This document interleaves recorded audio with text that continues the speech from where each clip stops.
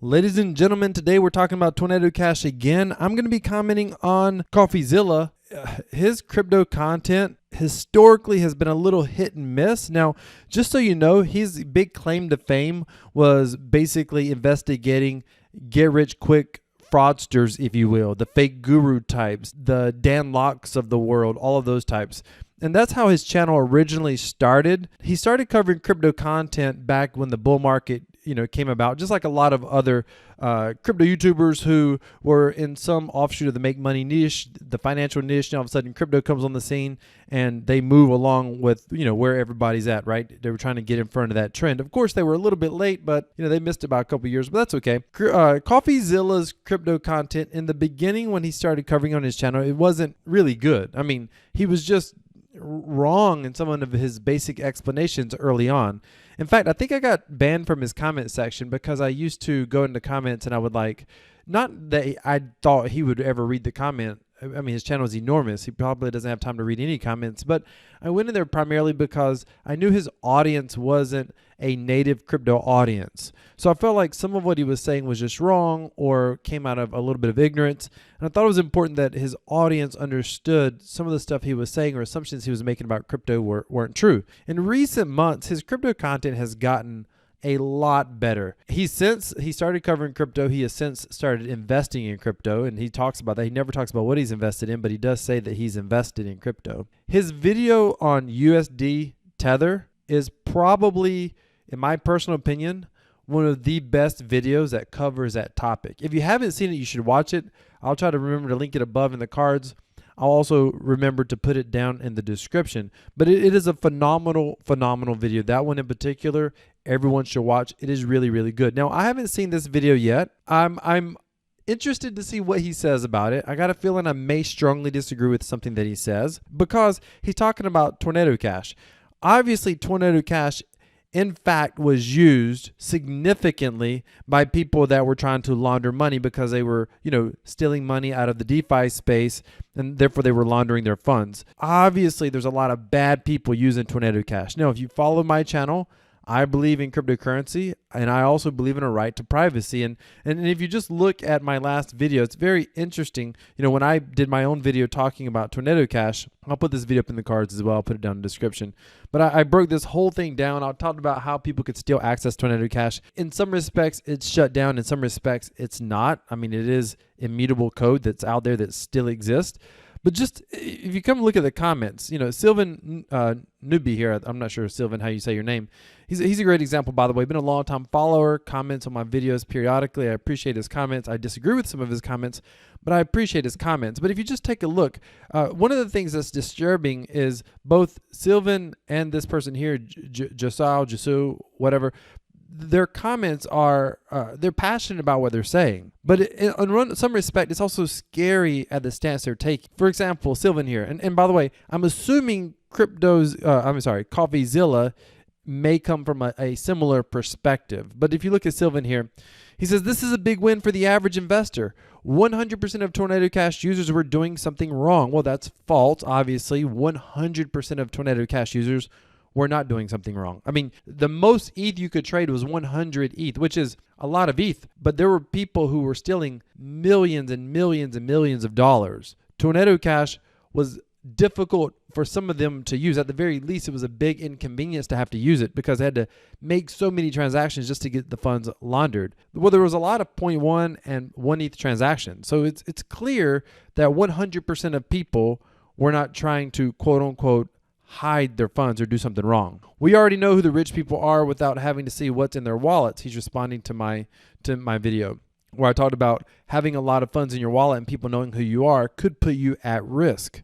And so therefore there was a potential need to be able to have privacy of your wallet. This is the way that it's always been. So that argument is not convincing.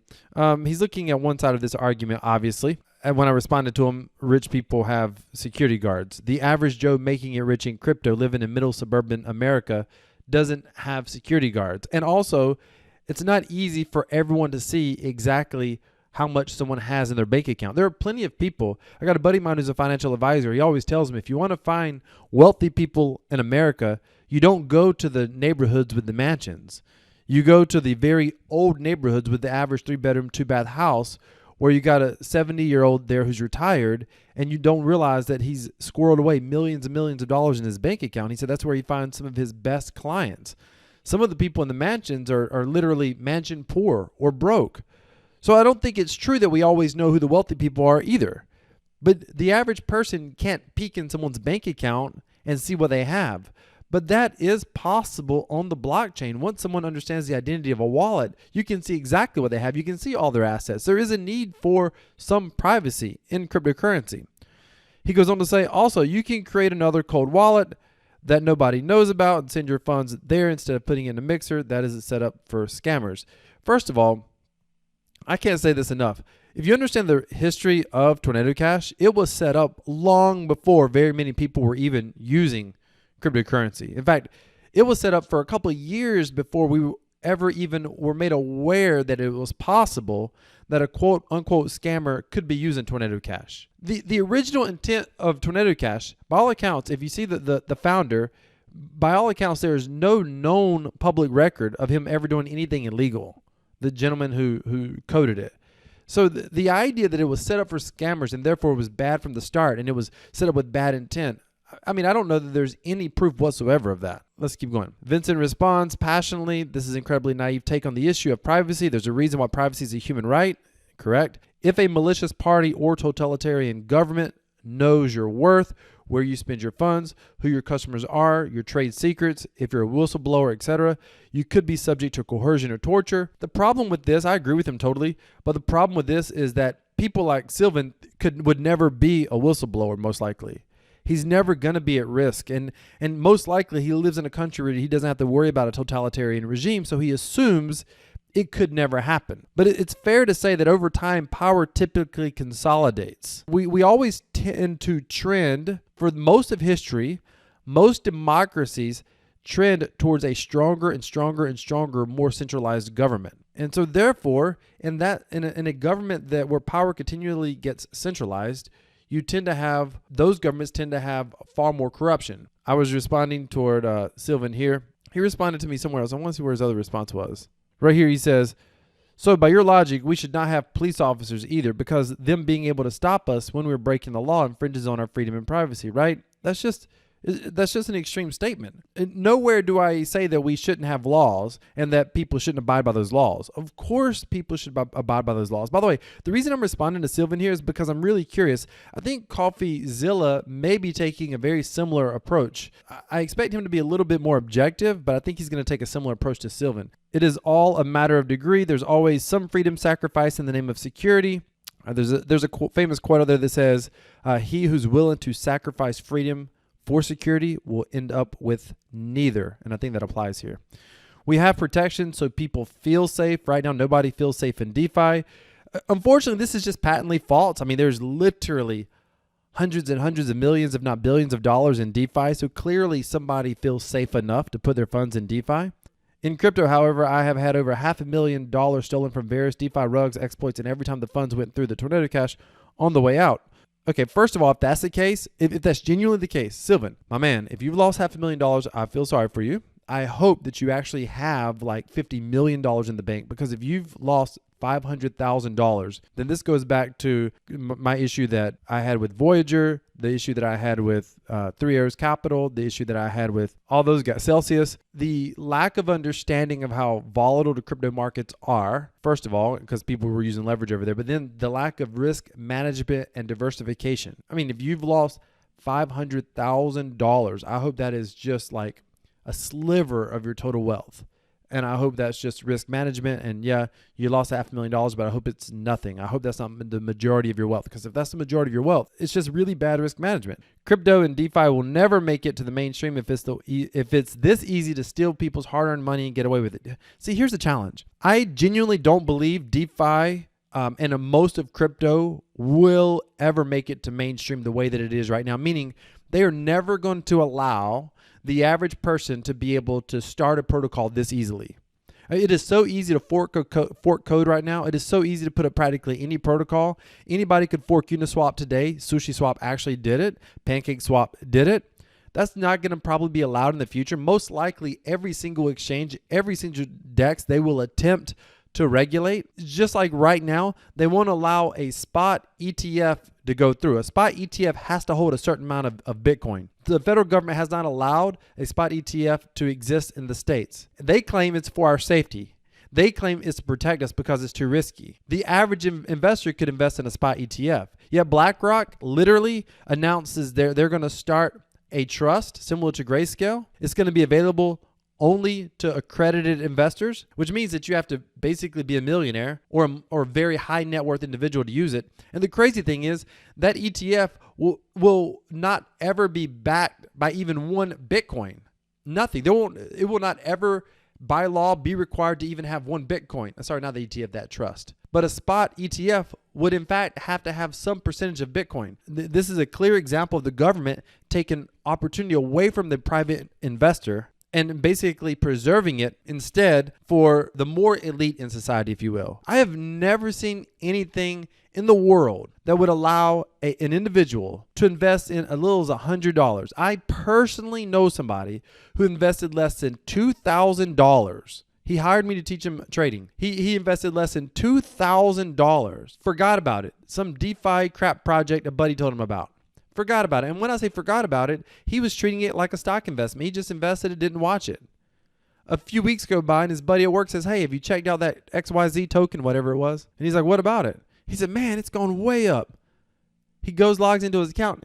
He's got a little over $120,000 that he started with $2,000. Another popular YouTuber, whether you agree with him or not, invested in Sphere Financial. $3,000 or $6,000, whatever it was. He ends up running up all the way to $600,000. There's been no other investment available to an individual in the history of the world that I'm aware of where we can earn those kind of potential returns. But with those returns comes obviously significant risk. But if we allow, quote unquote, all the regulators to come in to protect us, to put in all their safety measures in there, now all of a sudden the best yields we're going to be able to get is somewhere like 5% or 10% or 6%. And given enough time, just like traditional bankings, those yields will go down. 40, 50 years ago, you could have got 5%, 4% on a savings account. Today, you get nothing. Ultimately, those yields get taken away. So if you truly feel like you need the government to protect you all the time, listen, we the people put them in power, but they write laws based on who's backing them and who's lobbying them. And that's not you and I. And those laws are oftentimes written not to favor us. I think, listen, I can accept the argument that you don't agree that Tornado Cash should have existed. I can accept that argument. I would disagree with that argument, but I can accept that you have that argument. Someone here says, problem is simple. A society, a country needs money to exist. Build roads, infrastructure, schools, promote innovation. If you can hide your money or your revenue, then in 20 years, there will be no more money for the collectivity as everyone will declare the lowest revenue possible. First of all, the problem with this is this person doesn't understand how accounting and taxes work, but that's okay. A government has to do what can be done to protect its citizens from this situation. Remember that you're using internet and therefore crypto because grandpa paid his taxes that allowed this innovation to be created and the infrastructure that goes with it. This is a bit of a straw man argument. I'll go ahead and show you what I said to him in my reply. Most taxes are paid based on our incomes. We're not talking about hiding incomes and not paying taxes. We're talking about a right to be able to make private transactions, which in and of themselves is completely legal. Our income tax system is fairly good at being able to determine who owes taxes and how much. Our legal system is pretty good at enforcing that. He went on to reply, I get you, but don't be naive. You know how it will end if your transactions are 100% private. Little by little, people will try to screw the system. It's the human nature. Plus, you're looking at things with, by the way, I love that people can understand that it's human nature that people try to screw the system. But therefore, it's also human nature for those who get elected into power to look out for themselves first, not the average person. Yet for some reason, as a society, we want to collectively make government stronger and stronger and stronger because we need them to protect us better and better and more. And we need more government somehow to make society more fair. That never works that way. It never, ever works that way. You need checks and balances, and you need much smaller government. You need better state governments and better county governments and better local governments, not a stronger and stronger federal government. That's another video. He says, plus, you're looking at things with your present eyes, but in 10 years, you'll be able to get paid for your work directly on a blockchain wallet. And some people could ask to be paid 50% legit. and 50% on the shadow wallet to save you money, or hide some X hundred profit on some coins. You know the drill. Thanks for your work. Hey, I appreciate you saying thanks. You're welcome. So here's my reply. This is important. Here, the whole time he's talking about hiding income from an employer. That is not an extraordinarily big problem. And it's because of our current system. Our current system is set up that when your boss pays you, they fill out paperwork on their end, and you have to fill out paperwork on your end. Effectively, for most people who get a paycheck in the U.S. system, they have your tax return that they can always compare to your employer tax return based on the wages they pay to you. So even if you try to lie and say you didn't make any money, if they had a reason to suspect that you were, quote unquote, cheating on your taxes, all they have to do is pull your employer's very detailed tax returns, and they can find out where the forms were that showed essentially what they paid you. And they could figure out that, hey, something's not right here. He got paid 50 grand, but he didn't show that, or he got paid $1 million. He didn't show that he didn't claim wages as $1 million. And therefore, it would probably flag you for a potential audit. By the way, this is why a lot of solopreneurs, if you make a full, I know because I've been a solopreneur for many years of my life, solopreneurs are one of the highest on a percentage basis people to get audited or to get flagged randomly for, quote unquote, spot checking your tax returns. Why? Because you don't have that double record. So the idea is that people are going to be hiding funds in mass when most people are employees working for a company. They're not going to hide their paycheck. It doesn't work that way. People already attempt that. It's called cash. People get paid under the table. That is today's shadow wallet.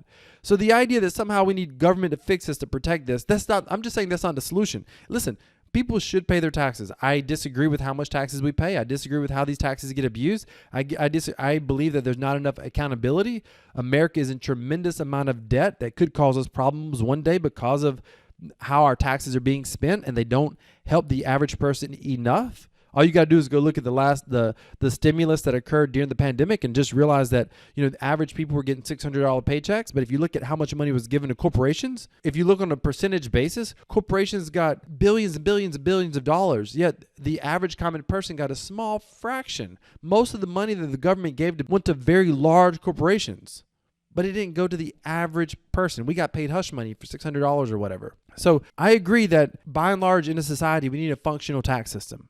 That's not the debate here. The debate is there a better way? Is there something better that we can do outside of taking away tools that offer some sort of protection at the same time and protect our right to privacy? There is a problem with cryptocurrency, and that is that we have a blockchain that is trustless.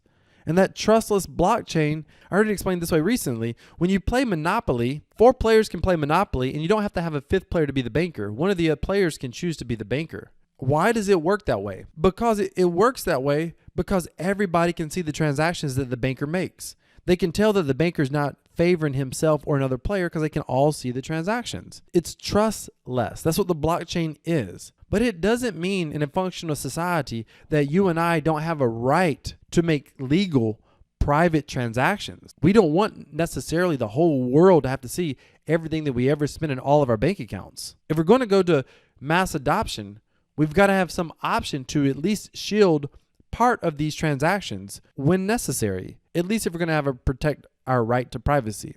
All right, let's go ahead and look over here at what Crypto Coffee said. I got a feeling he's going to be slanting more towards somewhere where Sylvan was at. So let's just hear what he has to say, and I'm going to react in real time to what he says. Today, a $7 billion money laundering service just got shut down by the United States. Wait a minute. First thing, this is a 12. Coffeezilla, that got shut down yesterday. You're a day late on your video. I get it. Editing takes time. Just wanted to point that out. I was like, wait, today? When does this video come out? Oh, it was yesterday, Coffeezilla. All right. Money laundering service. Okay, so here's my first thing. A money laundering service. It's such a misnomer. I just cannot stand that people call it a money laundering service because the average person who doesn't know anything about crypto thinks it sounds like it's a money laundering business. That somehow, the creator set this up so he could get rich and he could run some sort of corporation. It is a immutable smart contract code. Period. End of story. Just got shut down by the United States. Many crypto advocates say this is an attack against their privacy, while crypto skeptics say it's about time. As for my opinion, I'm torn about Tornado Cash. Let me explain.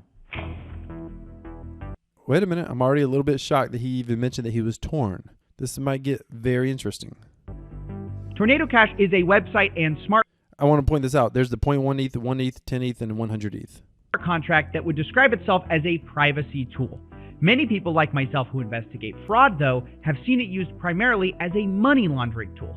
But what's the truth? Well, Tornado Cash is a bit of code that has one job. It takes your money in and hides where it's going. It does this by mixing it together with a bunch of other people's money, thereby making it untraceable. Hence why Tornado Cash is called a crypto mixer, which obviously, if you're a criminal, sounds very appealing. Because think about it. On a blockchain where everything is traceable and public, Tornado Cash represents a break in that chain. Which is why anytime there's a hack, like for example the $620 million Axie Infinity hack, you'll usually hear the name Tornado Cash getting thrown around because that's how criminals hide their funds. And because it's used by criminals so much, the US Treasury put Tornado Cash on a special list called the SDN list, which is the ultimate ban list. It's what Russian oligarchs go on, the ultimate blacklist at a party, except that party is the global financial system. I want to point this out, and I mentioned this in my previous video. What's very interesting about this, especially designated nationals list, for the first time in history, we have put an inanimate object on a list, a blacklist that was designed for people. I just think that something about that just blows my mind. And what it means is that everyone's forbidden from interacting with people or things on this list. He said people are things, but those things, up until now, were always just people. Which means if you now send money to Tornado Cash, you could be liable as a criminal and be put in jail for up to 30 years. And so far, all of this makes sense, right? Who doesn't want to put the bad guys away and stop them? But what makes this story very tricky is that while the US government implies that only criminals use Tornado Cash, that just isn't true. Exactly. Oh my goodness. Coffee. I'm impressed. What can I say? Holy smokes. By the way, it's insane. When he was talking about those criminal fines, I didn't realize what those fines were. I can't pull it up. Where's it at? To 30 years. And so that's insane. If a private individual wanted to use this tool just to make a private transaction, 2 days ago, you could have done it for free, no problem. Here's my question, just a random question. So let's just say you had $5,000 over there in crypto and you wanted to withdraw it. You can still technically withdraw it. The technology still exists. You have to know how to access it, but you can still withdraw it. And I kind of told you what to do in my previous video. But so now you're telling me that if you did that, you could be fined $50,000 up to $10 million, imprisoned between 10 to 30 years for just trying to get money that you put in. When you put it in, it wasn't illegal. And now suddenly with the stroke of a pen, you lose access to your money. At the very least, you're going to have to go spend money on lawyers, as I recommended in that video, just to guide you on how to do this. And by the way, not just any lawyer can probably give you good advice on this. You got to find a very specific, specialized lawyer. What sense does this make? All right, let's keep going. All right, Coffee, let's see where you're going with this. Very interesting. The bad guys away and stop them. But what makes this story very tricky is that while the US government implies that only criminals use Tornado Cash, that just isn't true. Anyone who wants to conceal their money might want crypto mixers, and it isn't just the bad guys. In fact, according to Chainalysis, 10% of the funds sent to Tornado Cash were stolen. Another 17% came from sanctioned sources, which probably is a bit conservative. But even so, that means that 27% of these funds are essentially criminal, but then the rest, a lot of it, is not criminal.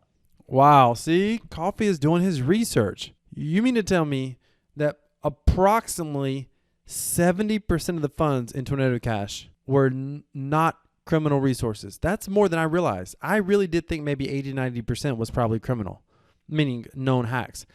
That is insane. Even if you wanted to say, no, that 27% are just the people that we know about. Well, you can know about everybody. You can track it on the blockchain.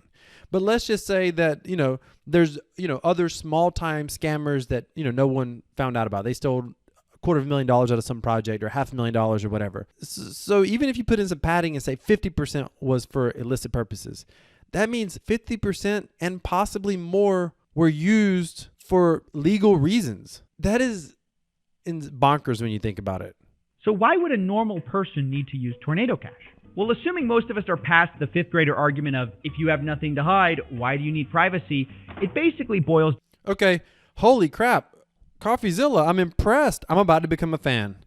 I'm genuinely about to be a fan. I've watched a lot of his content.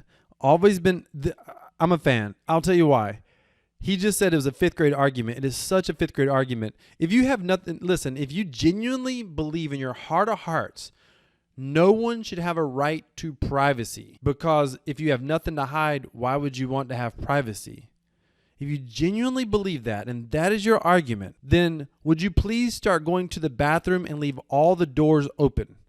Because you have nothing to hide, right? Because you're not doing anything wrong. I mean, that logic makes no sense, and people repeat it consistently. I mean, I've seen it repeated in the national press. Oh my goodness. Okay, let's go coffee. I got to back that up. This is good. I'm impressed. He actually said, oh my goodness. All right, let's go. Let's go coffee. Tornado cash. Well, assuming most of us are past the fifth grader argument of if you have nothing to hide, why do you need privacy?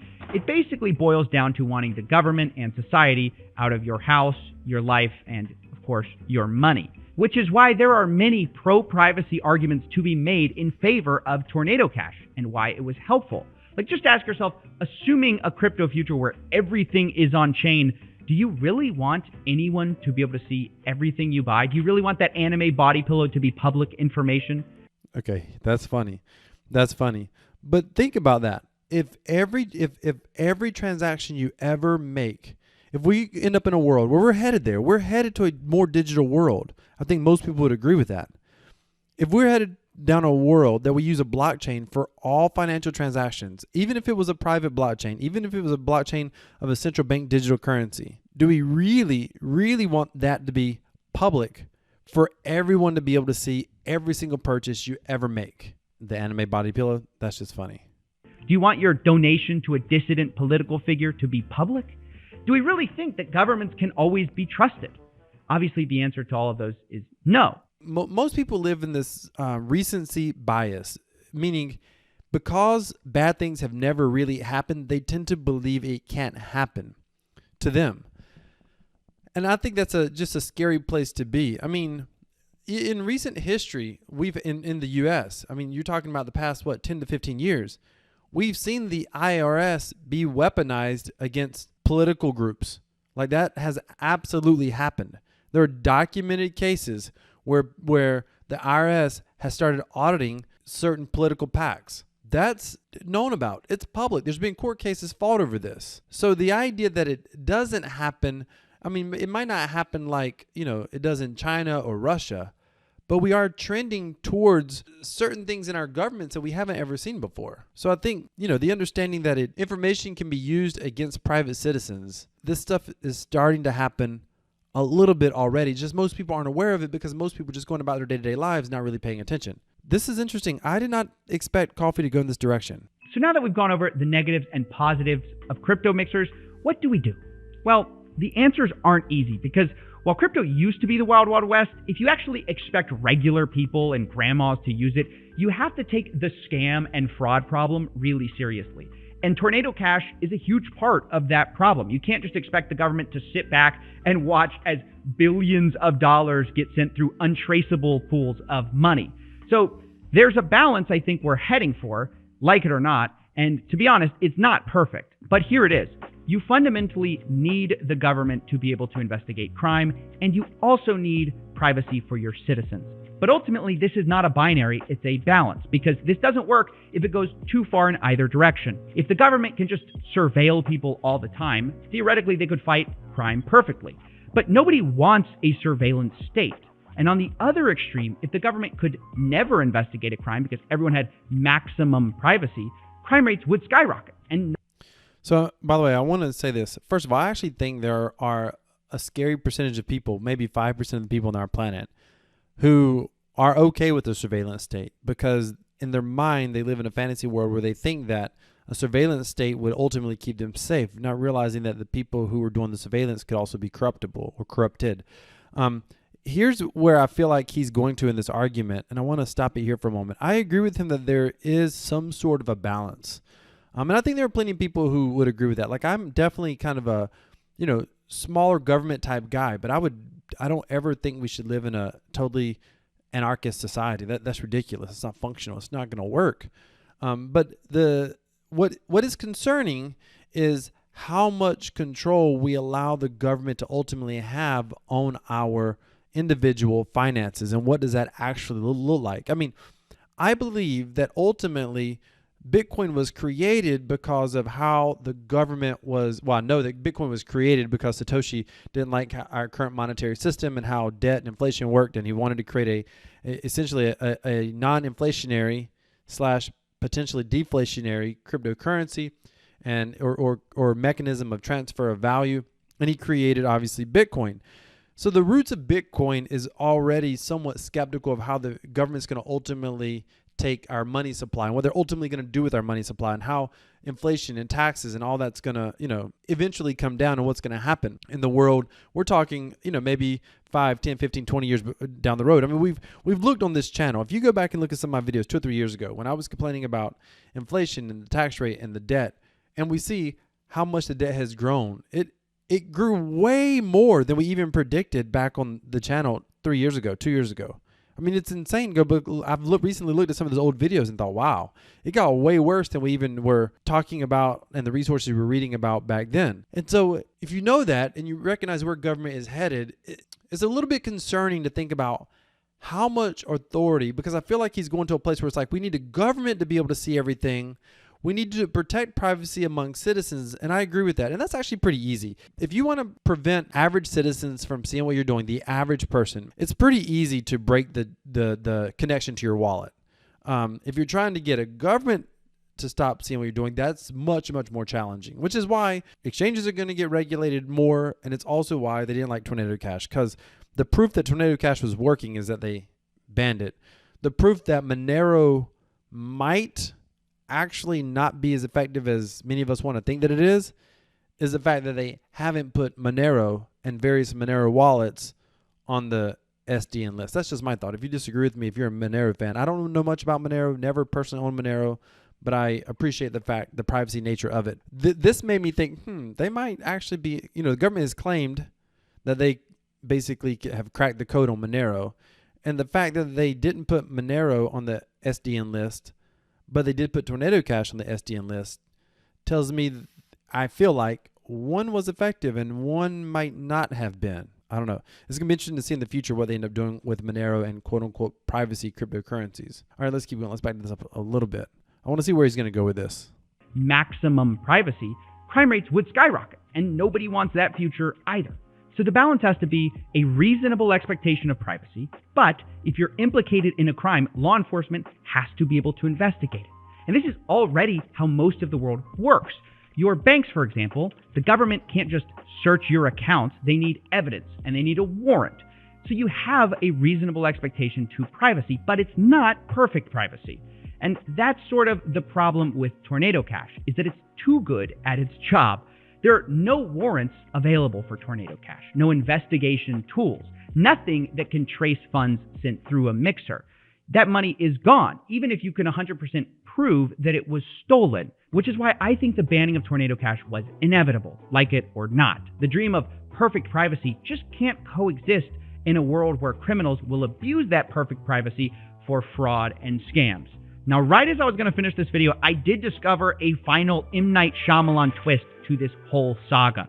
The users of Tornado Cash have started to get a little sassy and started sending tiny amounts of ETH to a ton of wallets, including famous wallets like Jimmy Fallon, Steve Aoki, and Logan Paul, presumably to make it so difficult to figure out who's the real money launderers that it becomes impossible to implicate anyone. Now, will all these crypto influencers go to jail for 30 years for this?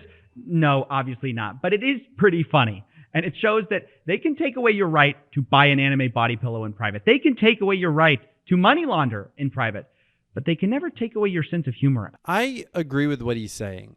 When he talks about needing a way to investigate crimes, the problem that I have, and I don't know if I know the solution yet, the problem that I have is there are already financial laws on the books that just aren't fair when it comes to investigation. So, for example, If someone is accused of selling drugs or whatever, if their property is confiscated, it's very difficult to ever get it back. Even if it comes to find out that they were innocent, it's very difficult to get their property back. Sometimes by the time they get the property back, it's already been sold at auction, therefore they can't get it back. And there's literally no recourse. And anyone who's never ever dealt with this do not even realize that this actually happens every single day in America. It actually happens. You go look this stuff up on your own. I'm up in the air.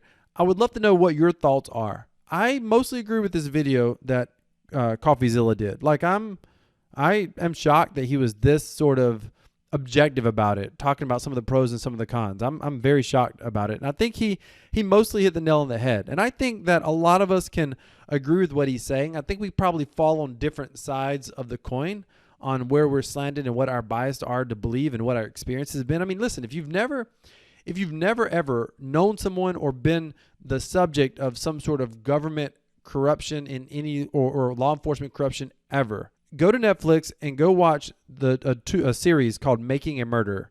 There's 2 seasons. It's incredible. And just watch what happens to one individual. There's another series on Netflix. I forget the name of it, but it's basically it follows most crime stories talk about, from the prosecution side. Someone committed a crime. It talks about the law enforcement investigating the crime. It talks about them getting prosecuted in court and the outcome of what happened. They typically go to jail, that sort of thing. There's a series. I can't think of the name of it. If anyone can think the name of it, put it in the comments. But in this particular series, what happens is these people end up going to court, and it follows the defense. They got accused of a crime. What happened? What is their alibi? What's amazing is watching how the prosecution toys with the defense. But what you see end up happening is the prosecution is doing everything they can. Maybe there's like 3 boxes of evidence, but they'll send 30 boxes of evidence. And a lot of it's just nonsense that forces the defense to have to wade through it. Somebody's life is literally on the line. They're innocent until proven guilty, and in some cases they are innocent. Yet the defense has to do all this extra work just to provide a constitutional right of a legal defense to an individual. Some of the people are guilty, obviously, and some of them are not. But whether they're guilty or not, a lot of them deal with some of the same issues. It's amazing how often that sort of stuff happens, that as average citizens, we're not even aware of it. I heard a lawyer say one time that the legal system is always fair until the day that you get accused of a crime. And he was referring to how the rules and stuff basically make it difficult. Yeah, you have a right to an attorney, for example, but without money, you're not going to get a very good attorney. I'm going off on a tangent here. I agree with most of this video by and large, and I think it's going to be interesting to see where the future of crypto goes. I do believe long term, the people ultimately will have the final say, because just like with Tornado Cash, the mixer still exists. It can still get used. And there may come a time in the future where people are like in Venezuela, they don't care that it's illegal to use Bitcoin. They don't care what the government says. They want to protect their assets and protect their financial well-being for their family. So they're willing to take the risk. The crypto genie is out of the bottle. And as long as we have a functional society, laws will be enforced, and most humans, most good people, we will comply with those laws. But if we ever have to financially rebel, the technology is there. There will never be another society created, in my personal opinion. There's no more land to discover. There will never be another American experiment. But if for some reason this experiment goes bad because of technology, there may be another financial option. I know this gets deep. I understand. If you made it this far, thank you so much for watching. Do me a favor. If for no other reason, it can be just for pity. Smash that like button. Click that bell notification icon. Click subscribe. Thank you so much for watching. Ladies and gentlemen, I believe ultimately decentralization equals freedom. This is Crypto Wealth. I'm out.